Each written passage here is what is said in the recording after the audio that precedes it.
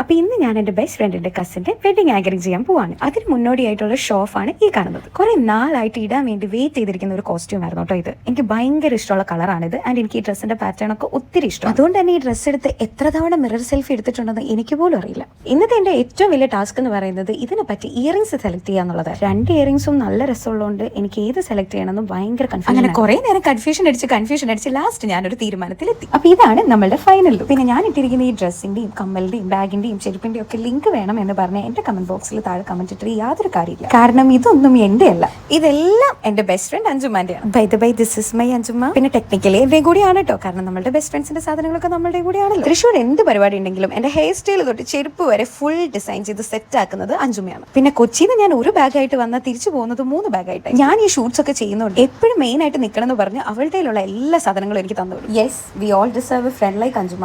And വേറൊരു കാര്യം കൂടിയുണ്ട്, ഞാൻ ഇട്ടിരിക്കുന്ന ഈ ഡ്രസ്സ് ഫുൾ ഡിസൈൻ ചെയ്തതും അഞ്ജുമ തന്നെയാണ്. എന്റെ ബെസ്റ്റ് ഫ്രണ്ട് ആയിട്ട് പറയല്ല, പക്ഷെ എനിക്കറിയാവുന്നതിൽ വെച്ച് ഏറ്റവും നന്നായിട്ട് ഡ്രസ്സ് ഡിസൈൻ ചെയ്യാൻ അറിയുന്ന ഒരാളാണ് എന്റെ അഞ്ജുമ. അഞ്ജുമാന്റെ ഒരു ഫാഷൻ ഡിസൈനർ ആക്കണം എന്നുള്ളതാണ് എന്റെ അടുത്ത മോഹം. എന്തായാലും ഇന്നത്തെ പരിപാടീസ് ഒക്കെ ഉഷാറായിട്ട് കഴിഞ്ഞ് അഞ്ജുമ തന്നുവിട്ട സാധനങ്ങളൊക്കെ ആയിട്ട് ഞാൻ കൊച്ചി എത്തി. അപ്പൊ അത്രയുള്ള ടാറ്റ ബൈ ബൈ.